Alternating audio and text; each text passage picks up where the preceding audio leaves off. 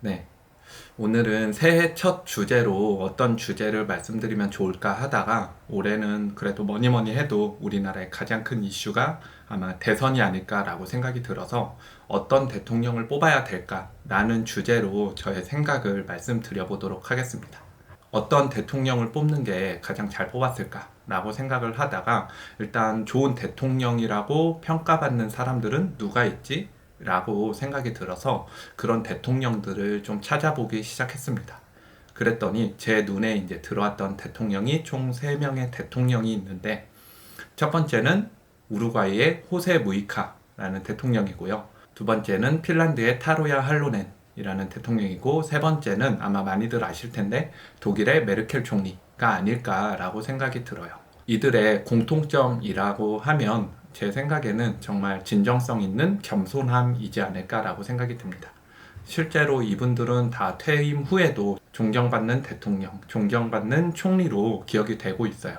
이렇게 퇴임 후에도 존경받는 데는 아마 그들의 삶이 정말 꾸준하고 일관되고 진정성 있는 게 결국 모든 국민들과 그 다음에 많은 기업인, 정치인들에게 귀감이 되지 않았나라고 생각이 듭니다. 실제로 우루과이의 호세 무이카 대통령은 대통령이 되자마자 대통령궁을 노숙자들에게 개방을 하고 그 다음에 서민들을 위한 주거 정책을 펼치고 서민 중심적인 입장에서 굉장히 정책을 활발하게 펼쳤고 퇴임 후에도 낡은 집, 낡은 트랙터, 낡은 자동차 한 대를 소유할 정도로 세계에서 가장 가난한 대통령이다라는 타이틀을 얻기도 했습니다.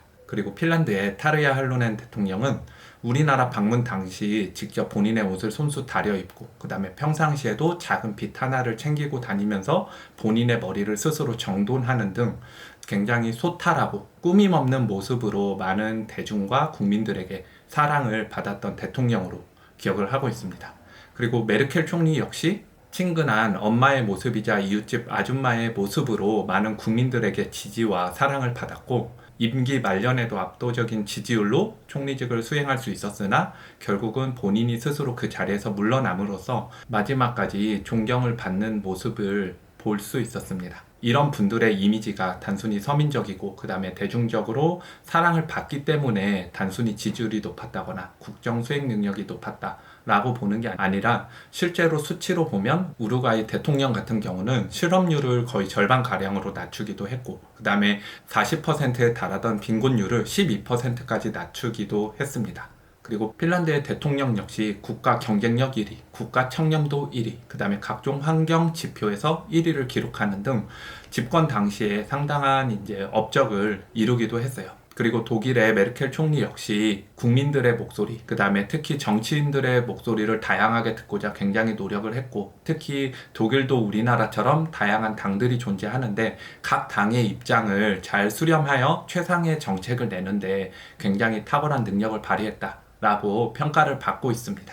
제가 이 3명의 대통령을 보면서 정말 대통령은 어떤 사람이 되어야 되는가에 대해서 좀 생각을 많이 하게 됐고, 특히 이 3명 같은 경우는 당연히 겸손함과 진정성이 밑바탕이 깔려 있고 거기에 미래를 밝게 이끌어갈 수 있는 해안과 통찰력이 있었다라고 생각이 됩니다. 그래서 저는 저만의 이제 3가지 기준을 만들게 되었는데 그중 첫 번째는 반드시 애국심이 강해야 한다입니다.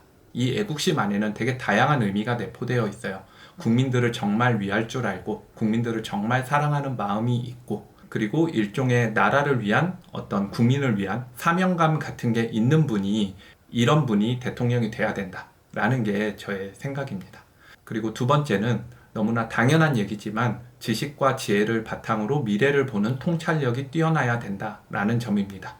어떻게 보면 한두 명을 이끌고 가기도 힘든데 우리나라 거의 5천만 되는 국민들이 어떤 밝은 비전 아니면 더 나은 삶으로 가기 위해서는 정말 뛰어난 지혜가 있어야 되지 않을까라고 생각이 들어요. 그래서 이 부분도 굉장히 중요하다라고 생각이 들고, 그리고 마지막 세 번째는 진정성 있는 삶과 그 다음에 겸손한 마음을 바탕으로 반대편에 있는 사람 또는 다른 의견의 사람들을 끊임없이 수용하고 설득하고 올바른 방향으로 이끌어가기 위해 노력하는 사람이어야 된다라는 점입니다.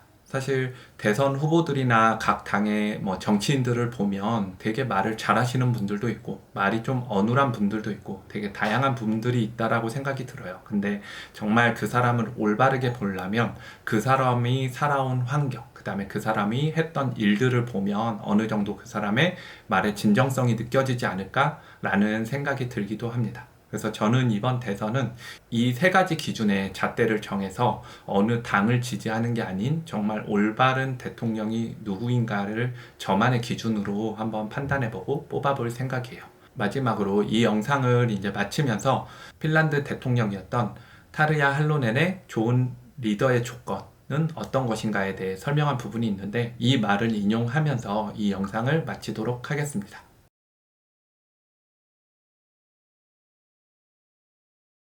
모든 지도자는 사람들의 이야기를 잘 들어야 합니다. 또한 용기가 있어야 합니다. 그리고 나아갈 방향을 제시할 수 있어야 합니다.